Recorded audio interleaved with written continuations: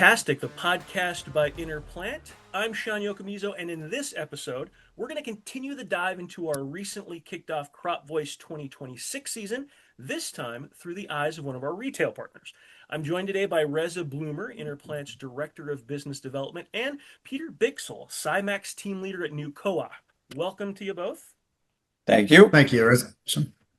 So, Reza, I'd like to kick off with you. Maybe if you can give a little bit of context with a little bit of overview of Crop Voice for our new listeners, and then explain how retail partners fit into the picture, and then we can jump into Peter and get the ball rolling here.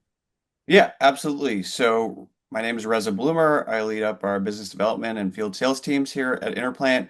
And before we kind of jump in with questions here and get Peter's take on Crop Voice, happy to give a little bit of context as to what we're actually talking about here. So if you haven't heard of InnerPlant or Crop Voice, worth a quick explanation. The problem we're solving is helping farmers understand when, where, and if disease is present. So obviously, by the time you see disease in your field, you're already behind, right? Farmers are scouting, they are walking their fields, they're looking for visual symptoms. In the case of Peter and his customers, they're trying their best to understand a lot of the datas, which are pretty solid proxies for disease. But oftentimes it's too little, too late. And the window to protect that yield very quickly shifts as we get into kind of that prime time of the season. So that lag is really what InnerPlant is trying to solve for, to help farmers get more bushels out of their crop. And so what InnerPlant does is we've got a seed technology, soybeans today, and we're rolling out corn as we head into 2027. And what that seed technology enables crops to do is to emit a fluorescent optical signal when they're under stress. And that signal is really early, and obviously tuned to the plant's immune system, so incredibly accurate. And what that seed technology enables to do is, through a network of sentinel plots, understand the presence of the disease and specific diseases far in advance of those visual symptoms, to help farmers understand how to manage different fungal pathogens, how to optimize their fungicide use, and ultimately how to protect their yields. And Peter, thanks again for joining us today. I really appreciate you taking time out of your day to chat with us. If you could just give us a breakdown, a little bit about New Co-op, and then explain the SciMax team and how that fits together with everything. Yeah, so New Cooperative is basically a member-owned farmer cooperative in Iowa. We have about 85 locations, and it's been around since 1973. So really good cooperative, focused on our members and just helping drive, basically help them drive decisions with the data that we're capturing out in their farms. So SciMax Solutions, that I work, a team leader doing that. We work with growers, so we take the data that they're collecting out in the field, from every pass to the things that are going on today with the current events, some of the things we'll talk about here coming up, and just help them make those decisions to better drive economics, so that we can keep going in the future, continue to learn. And then just obviously, profitability at the end of the day is something that we got to look at, so that they're continue to be around. So. I will add, Sean, New Crop has been an incredible partner to InnerPlant. We've rolled out Crop Voice through a number of their retail stores in kind of the western footprint of their trade area in Iowa. We understand the importance of ag retail, the relationships that the sales agronomists have at the farm gate, the value that they're adding to farmers in terms of input decisions, in many cases, the custom application of different chemicals in season. And so working with and through the channel has always been a priority for InnerPlant. And we're lucky to have New Co-op on board as a supporter of the technology, and helping us take Crop Voice to farmers, and look forward to doing that for years to come. So, Peter, before we jump into the real kind of nitty-gritty questions here, I'm just curious, as we're heading towards the 4th of July holiday here, how are soybeans looking in your area? Soybeans are looking, good, I guess, per se. Always challenges every year, depending where you go. There's to the south in southern Iowa and eastern Iowa, there's been a lot of more moisture. To the north, it's really dry and droughty conditions. I'd say probably one of the bigger things, kind of Northwest Iowa would be cyst, kind of showing up that we're seeing in pH, IDC. That's an every year thing that we kind of see with growers. But right now, beans are kind of in their stage where they've been being attacked by chemicals, getting sprayed, trying to attack water hemp and other weeds that we have. So they're kind of going through that phase of kind of rebounding and working through that. And then kind of, we had June 21st was just a few days ago. So kind of longest, so kind of the flowering and stuff happened. We had earlier flowering this year than normal, I think, just because we had a lot more earlier planting dates. A lot of beans were planting that April 10th, 20th time frame. Some were still planted later, but just seems like we're kind of farther ahead because we've had some more GDUs with the heat that we had back in May.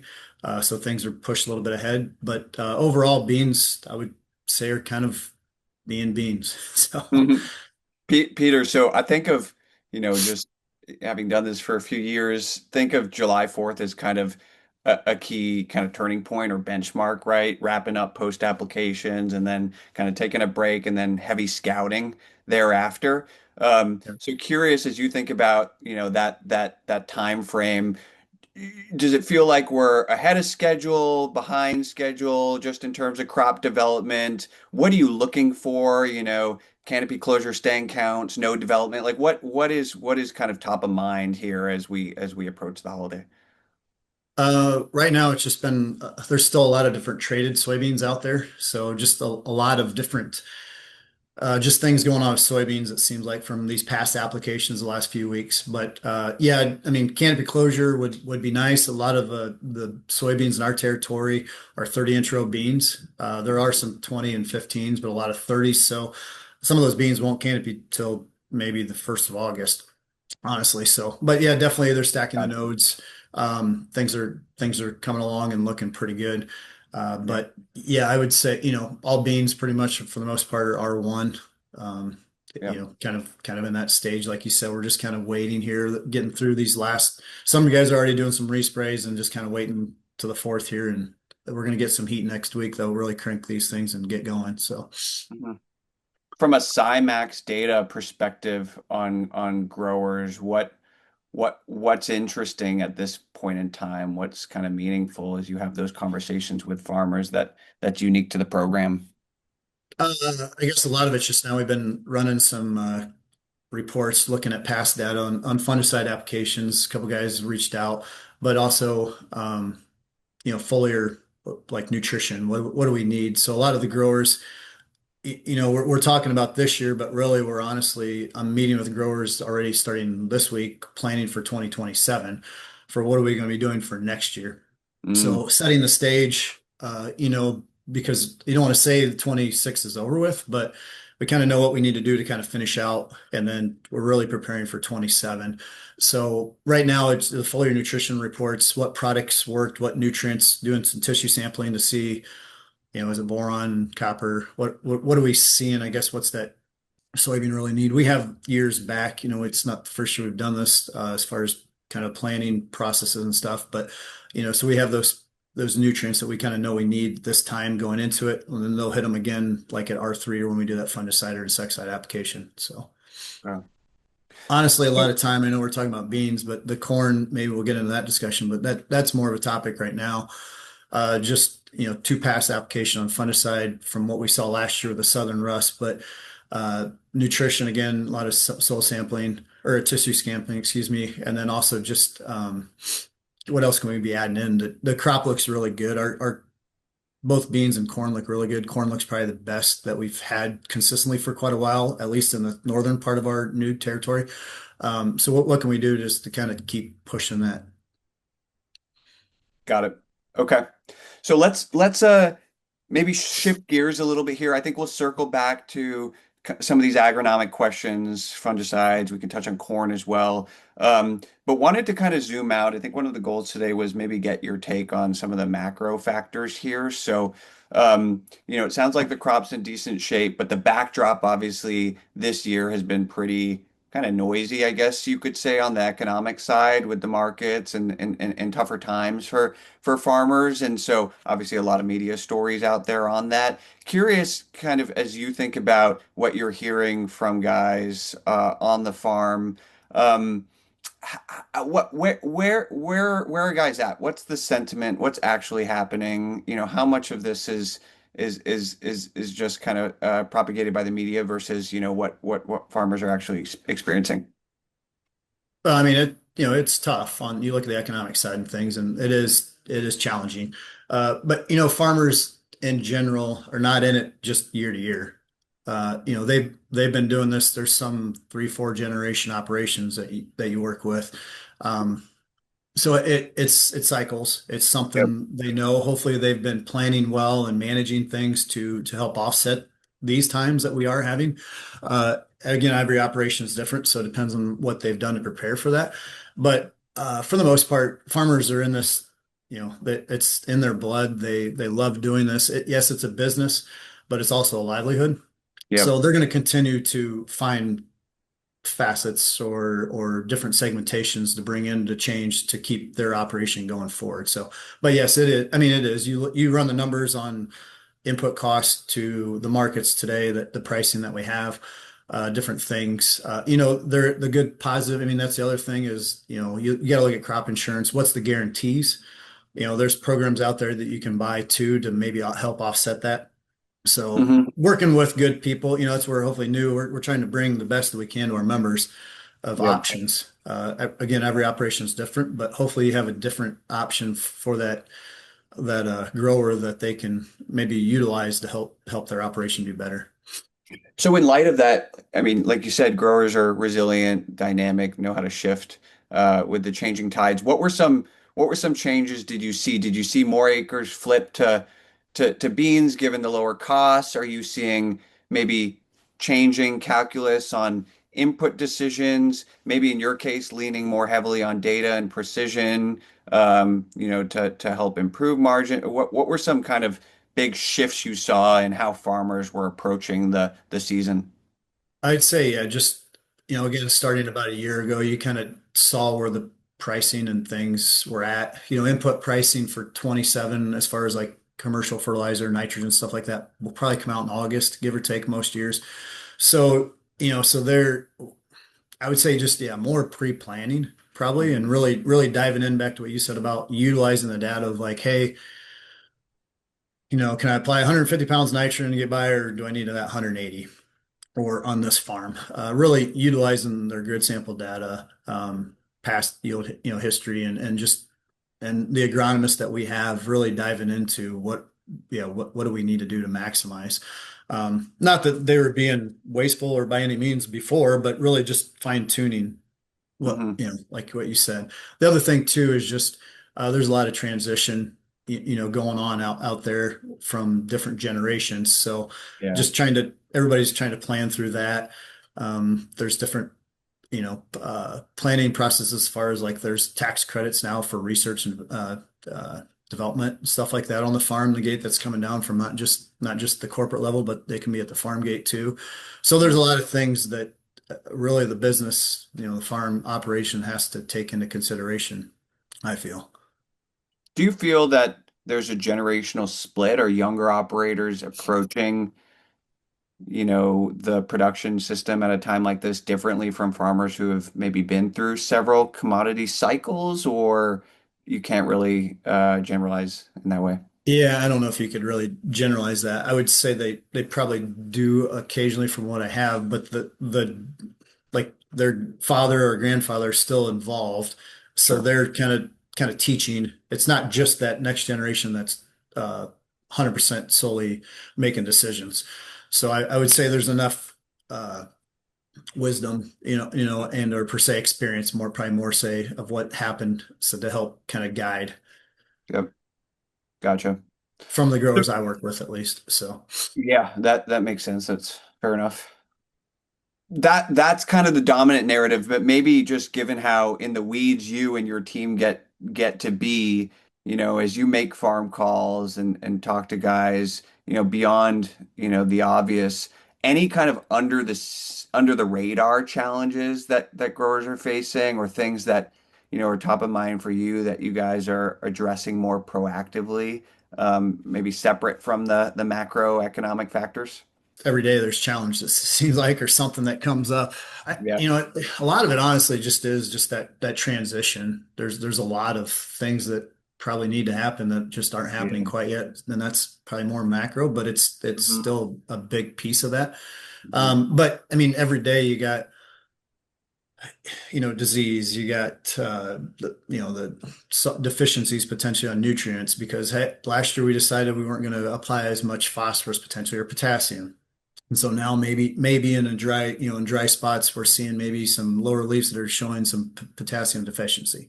Hmm. So yeah, every day there's just, I guess, things that are kind of popping up.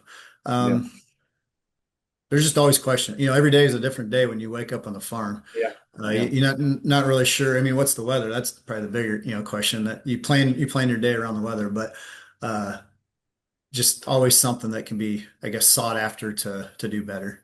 Hmm. Hmm. Yeah. Anything worth noting as it relates to this geography? So we're in Western Iowa today. That's where new co-op's footprint primarily is. Anything challenging specific to this geography? Obviously, you mentioned this looking back on last year, southern rust and corn was kind of the breakthrough. Um, anything this year that you're particularly paying attention to that guys in other areas of the Midwest may not be? Oh, no, probably not, because it seems like about everybody in ag it's always something. It just might not be in Yeah. your area. But Yeah. you go in our southern territory, they've had more rain than like I said, the north. So different Mhm. issues there pertaining Yep. to deficiencies or just stand or whatever the crop has. Um, A lot of replants this year in that area. not so much that I really heard about per se. Okay. I mean, maybe pockets, but Yep. not big areas. We've had some storms go through. There's been hail and different things that growers have had to, but not. I you'd have to talk to our ladies in the seed department about that, but I would say probably below than last year, but Okay. just every year you're always going to have some replant. Yep. But um, challenging getting off to the starting spots just because of colder temperatures, maybe not necessarily wet, but colder. Crusting, there was some crusting in certain areas, so they did have to replant. But for the most part, stuff looks really good for the most part of Iowa, especially Hmm. our western half, I'd say. So Okay.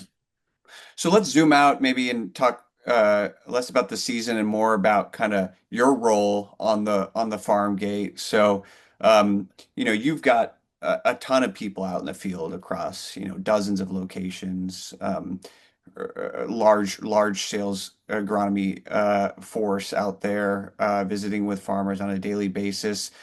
Um, what from kind of a people standpoint, do you think differentiates new co-op? What do you guys tend to focus on as you train up maybe the younger generation? And maybe talk a little bit about how that's changed over the last 5 years. Curious as sort of a retailer and agronomist, what's in focus for people in that role today that maybe wasn't top of mind five or so years ago? I feel new co-op's very blessed to have good leadership from above, and then and long-term leadership. A lot of our CEO and agronomy managers, they've been here from basically the start of their career. So really rooted in new co-op, taking care of the members, and then kind of that follows through. I honestly feel with a lot of our sales staff, sales agronomists, same way. A lot of our sales agronomists have been here for a long time. So Hmm. just the repeatability, the reputation that our agronomists have of doing a really good job taking care of our growers, recognizing things, trying to be the first out of the gate to tell them, hey, we saw this, let's go scout some more fields or do something different because it's probably going to be on your other acres as well. Or like you said, in this area, this is going on, so it's probably going to be maybe coming, like aphids come from the north, it seems like, and come south for us, or what if vice versa, or like tar spots come from the east and maybe goes west. So, let's they all seem to communicate and do really well as far as passing that information along. So our staff, I feel, is very good. As far as we call them agronomy trainees, our sales techs that we have, they're kind of just starting, learning the roles. They're working with our agronomist, getting to know the growers, delivering product, doing some of the day-to-day stuff, but that's the critical things that get done. And taking care of the growers and hey, go scout this farm, check this out. Let me know what you think, and then let's revisit what you saw and make sure it's the right thing, or maybe it's something we need to go back and look a second time. So I'd say probably technology obviously is a big, your iPhones that doing the whether it's an app that the company come up with, or like planning. We have through our maps division of new Cooperative, our growers get an alert when their farm basically gets assigned, which is nice. So then the agronomist makes the work order up on the farm, and it sends a text or an email to the grower saying, hey, your farm's going to get sprayed with Enlist, let's say, for example. And if I look at that, I'm like, those are not Enlist soybeans. Those are Flex soybeans. So maybe we need to have a discussion. Hmm. So Yeah. it's just it's a good way to kind of double check too, to make Yeah. sure everybody's on the same page. And then it's also nice that the grower they get that when it's completed, they might be on vacation or wherever they might be, but hey, your home farm just was completed being spread fertilizer, sprayed today with, for corn post or whatever was done. So I think, there are a lot of technology pieces that this in the last 5 years have changed. They got more accessible at your hand. Yep. Good, bad, and different, Yep. uh, but yeah, a lot more accessibility to the data of what's getting Yeah. done. As applied map is also sent with that text or that map too as well. So Hmm. just you could look, to see that, yep, everything was covered, or hey, we had the boundary wrong. You shouldn't have, but in case something happens, you missed that 3 acres across the edge. So Yep. Yep.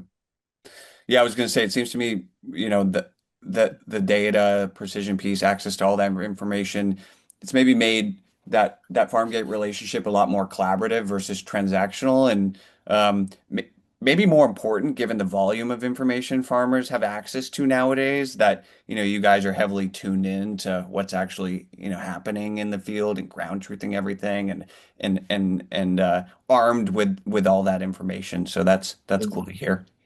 yeah, because it's not anymore. It might not be the applicator that's out of your location that's applying for your grower. Mm-hmm. It could be an applicator from, 30, 40 miles away. Yep. So That's an interesting segue because you talk about getting the data and localizing that data. I'm really curious, just from a field standpoint, like this year, you mentioned also a little bit of the variability in weather. And I'm curious because we're seeing that too. As we look out across our Crop Voice network, we're seeing some pretty good variability, both in growth stages and in leaf wetness hours, those kinds of things. I'm curious what you're seeing in terms of variability. If there are higher, you mentioned a little bit that there's maybe a little bit of higher average moisture and cooler temperatures. Um, what kind of variability you're seeing, and what sort of impact might that have for disease? I mean, more moisture, cooler temperatures often leads to higher disease risk. What are you seeing out there? And yeah, maybe I like I walk agree. us You through it. go you go central south in our territory, and like I said, more rain. I can't say humidity. I haven't been tracking that 100%, but probably more humid with more moisture typically, even if you do get warm. So I would say, and they've kind of confirmed some tar spot in central Iowa already. I know we tissue sample for some of our growers in our high yield management group every Monday. This past Monday, I was out and I did 30 farms that I tissue sampled. And as I started south and worked north, I noticed that the corn being the same stage at V10 or V11, depending on when the guy planted, it got progressively shorter, same stage, just shorter as I came north where it was drier. So it seems like as you get close to Minnesota, the corn is actually shorter than what you would suspect, but it's still the same stage. Hmm. So Hmm. yeah, definitely. I mean, leaf wetness, this morning the beans were, I walked out bean field just to check quick early this morning at 6 o'clock. And obviously, yeah, they're plenty wet. We barely cut not even a tenth of rain up north yesterday. So, that's about what we've been catching every rain. It seems like, even if it's red and pink on the radar. And so the leaf, at least we're getting some of that moisture in the morning, at least. So, which will potentially lead to some disease potentially. And I think, I mean, not to lead in, but yesterday we got an alert, I think, Reza, from one of our location there on some soybean disease from the plot. So Yep. Yep. Yeah, I mean, I think you're right, right? Moisture, cooler temps, classic setup for a disease here. And we're starting to see it, to your point, in certain areas. Particularly towards the Missouri River bottoms, right? So I think a big one that a lot of your guys were kind of interested in as we thought about the crop voice solution for soybeans is white mold. And yep. I know we're a couple weeks away yet from canopy cover, which tends to be, what really enables proliferation of that disease. How are you thinking about that? How are you guiding growers on kind of potentially adjusting fungicide timing to protect soybeans by pulling that forward? What's sort of top of mind on that? Well, the growers that, I guess if they're not in crop voice, they're probably going to do their two pass application. You got to start that right up, flowering. So they've done it or doing it very soon here. If they're Hmm. trying to help protect, which is not it's not bulletproof, but Yep. it's a tool that we have. So they've already done that, and then they'll come back later. A lot of them, the growers with white mold in the past, they have gone to wider rows, just to help get more airflow. And then obviously look at a variety that helps if you are. But if it's been long-term white mold, every couple within the rotation of their farm, they've just gone corn and corn. If that's a better fit, if there's that bad of a, and a lot of that just has to do with such high fertility levels in certain areas of the farm, that there just used to be old cattle yards years ago or something like that, that just seems like the fertility is a bigger piece that comes in with that Hmm. white mold that we've found on some farms. So, So but then touch on that. obviously, go ahead. I was just going to say, touch on that a little bit more. So, historically, my perception is that disease tends to be kind of treated on maybe more of a regional basis, kind of a one size fits all. But what you mentioned there around kind of field by field variability, I think is very much the case. And what we've learned through kind of expanding this crop voice network and kind of thinking about a lot of the disease factors at a more local level. What do you see on that? How much variability is there? What are kind of some of the more local agronomic risk factors that you look for, whether it's drainage, history, variety selection? Where's the variability come in from a Yeah, disease? I think all those things that you've listed right there come into consideration. It's if you've had a history of white mold, whether it was 4 years ago or last year, It's there. it's there. And so again, disease triangle, we all know that, that they all got to line up to make it happen. But if you Mhm. have prominent sources like high fertility or the right, I mean, it's just going to compound, it seems like. So, Yep. um, yeah, so obviously variety that definitely helps and makes a difference. There's seed treatments out there that can, help kind of start from the beginning. There's other products that you can spread, dry pellets and different things like that. So there's things, but it just seems at some point, if it's that bad, I mean, there's spots that some growers fields we work with that they're down to like 15, 20 bushel an acre on soybeans. It just, and you can look at the yield map and it's been that way for in their rotation, like in the last 6 years. Mhm. I I don't know what else, and we've tried everything. You're probably better to just honestly go to corn or try some different crop just to Mhm. try and alleviate Yep. that problem. So mix it up a little bit. Yep. So Got it. Okay. I mean, it's just it's you keep doing the same thing. We all know what the definition of insanity. You keep doing the same thing over and over, Yeah. right? All So at right. some Yeah. point we've got to, and maybe I know that's tough, especially if it's maybe only an acre in a field, but at some point we got to try something, different tool, different solution. So Yeah, I mean, and that kind of it reminds me, there seems to be a lot of focus across your team on the foliar nutritional piece, and that may be the do something different angle that you're alluding to. Talk to me about that, and then we'll probably try to wrap up here. But curious to hear a little bit about that.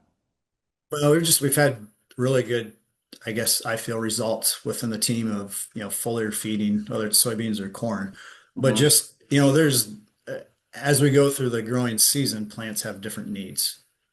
It's been documented, and then we've just kind of taken that and seen, okay, at what stage do we need to have that? And then at what level do we need by our tissue sampling, what level do we need to have those levels at or that nutrient at?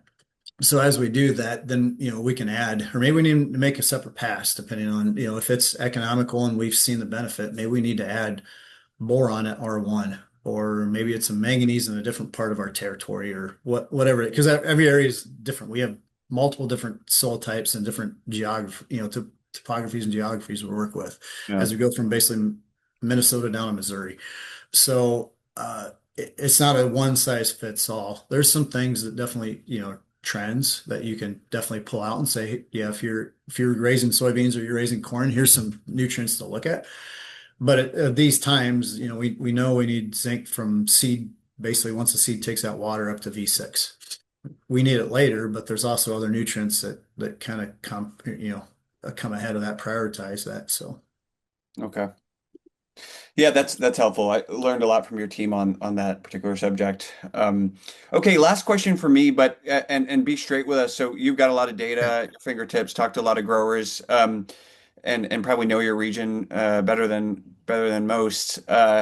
So if you were to pick one thing, Peter, kind of, as we wrap up this season here, and I know we still got a ways to go, but as we think about the crop finishing strong, what's top of mind for you? And what are you personally going to be watching? If there's anything related to crop voice worth mentioning, happy to hear that too. But yeah, what are you thinking a lot about?